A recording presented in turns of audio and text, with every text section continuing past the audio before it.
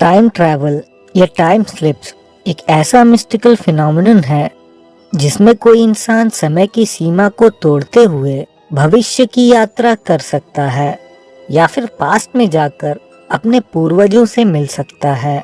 लेकिन क्या ये घटना सच में हो सकती है या फिर ये सिर्फ एक कल्पना है? दुनिया भर की फोकलोर्स में समय यात्रा के अनगिनत किस्से मिलते हैं। साथ ही मॉडर्न वर्ल्ड में भी हजारों लोगों ने क्लेम किया कि उन्होंने जाने अनजाने समय यात्रा का अनुभव किया है।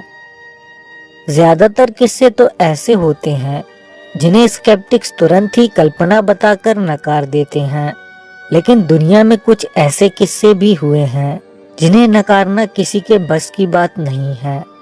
आज के एपिसोड में जानेंगे दो ऐसे ही रहस्यमयी किस्सों के बारे में, तो एपिसोड को अंत तक जरूर देखिएगा।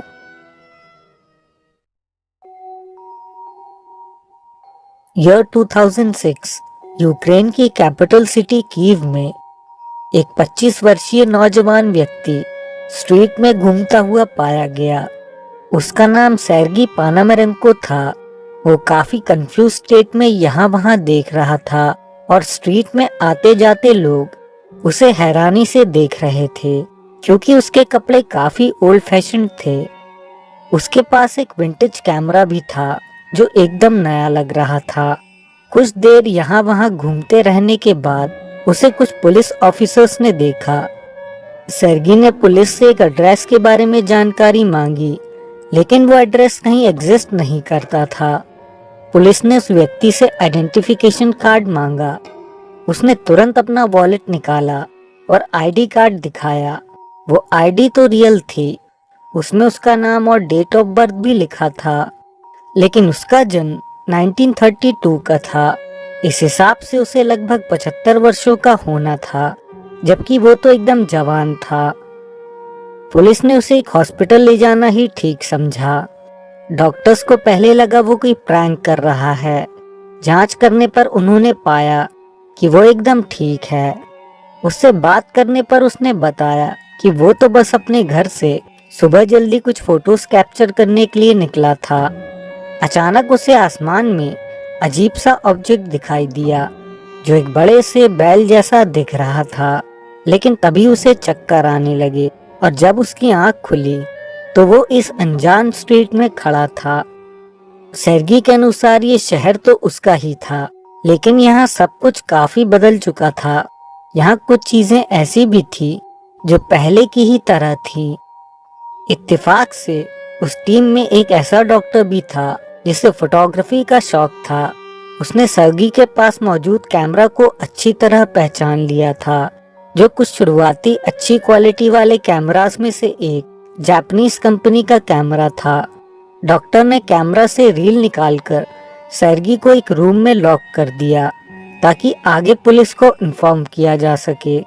जब रील्स डेवलप हुई तब डॉक्टर्स देखकर हैरान थे कि ये तस्वीरें 50 साल पुराने कीव की थीं और उसमें यही आदमी इन्हीं कपड़ों में मौजूद था। इसके अलावा एक खास पिक्चर में वो ऑब्जेक्ट भी कैप्चर हो चुका था जिसे सेर्गी ने बैल जैसा ऑब्जेक्ट बताया था। जब वो उसे देखने रूम में गए तो वो वहां मौजूद ही नहीं था, मानो वो कहीं हवा में गायब हो गया हो। वो रूम चारों तरफ से बंद था, जिससे बाहर जा सकना असंभव था। पुलिस ने इसकी जांच करने की कोशिश की तो उन्हें पता लगा ईयर 1958 में ही सेर्गी नाम के एक 25 वर्षीय व्यक्ति की मिसिंग रिपोर्ट लिखवाई गई थी, लेकिन वो लौटकर वापस कभी नहीं आया। अगला किस्सा ईयर 1912 का है। न्यूयॉर्क के कंट्री साइड में एक 10 वर्षीय लड़का थॉमस जॉनसन अपने पिता के साथ रहता था। उनके घर के पास कई फार्म्स मौजूद थे जो थॉमस और उसके दोस्तों के लिए बहुत अच्छा प्लेग्राउंड था। फार्म के पास ही एक आर्टिफिशियल लेक थी जो काफी रहस्यमयी थी। थॉमस के पिता ने उसे और उसके दोस्तों को लेक के पास जाने से सख्त मना किया था क्योंकि वहां कई अजीबोगरीब हादसे हो चुके थे। कई बार वहां जानवर पानी पीने गए थे जो कभी लौटकर वापस नहीं आए। एक दिन थॉमस ने उनकी बातों को नजरअंदाज कर दिया और अपने दोस्तों के साथ लेक के पास खेलने चला गया। बच्चों ने देखा कि अचानक उस झील के बीचों बीच एक व्हर्लपूल बनने लगा है। थॉमस झील के थोड़ा करीब जाकर उस व्हर्लपूल को देखने लगे।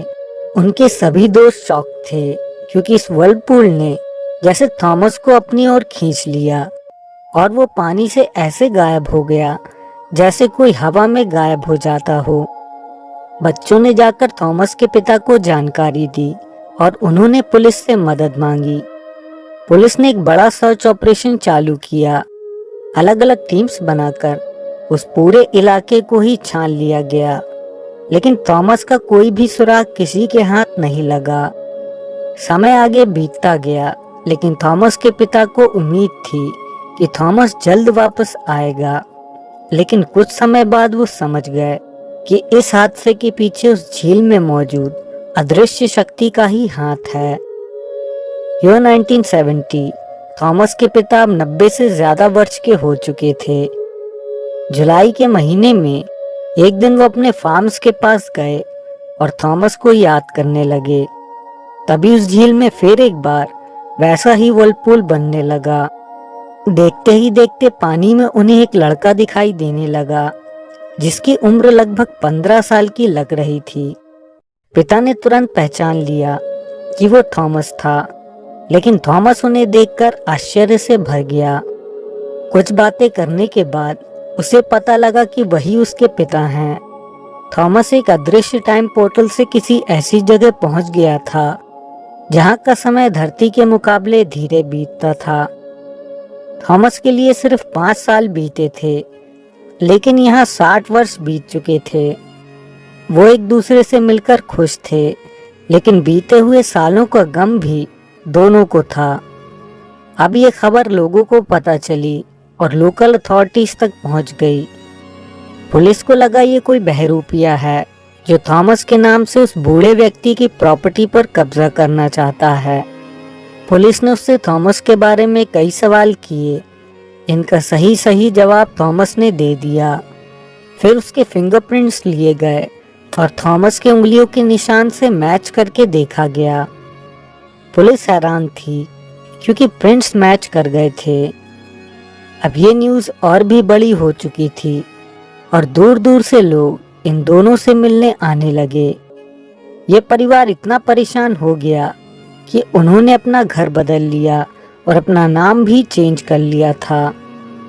थॉमस ने कभी किसी को नहीं बताया कि वो इतने साल तक किस दुनिया में था। दोस्तों, टाइम स्लिप्स के कई ऐसे इंसिडेंट्स दुनिया भर में रिपोर्ट किए जाते हैं जहां लोगों को अचानक महसूस होता है जैसे उनके आसपास का वातावरण अब वैसा नहीं जैसा कुछ देर पहले था, और कुछ देर बाद वो वापस अपनी रियलिटी में आ जाते हैं। फोल्कलोर्स में भी सदियों से ऐसी ही कहानियां सुनाई जाती रही हैं। समय यात्रा या पैरेलल यूनिवर्स के बारे में भले ही विज्ञान के पास सबूत नहीं, लेकिन इतने सारे लोग गलतफहमी का शिकार तो नहीं हो सकते। आज के एपिसोड में बस इतना ही। वीडियो पसंद आया हो तो लाइक करें, कमेंट्स में अपनी राय दें। अगर आप नए हैं तो हमारे चैनल को सब्सक्राइब करके ऑल नोटिफिकेशंस ऑन कर सकते हैं। हम जल्द आपसे एक नए एपिसोड के साथ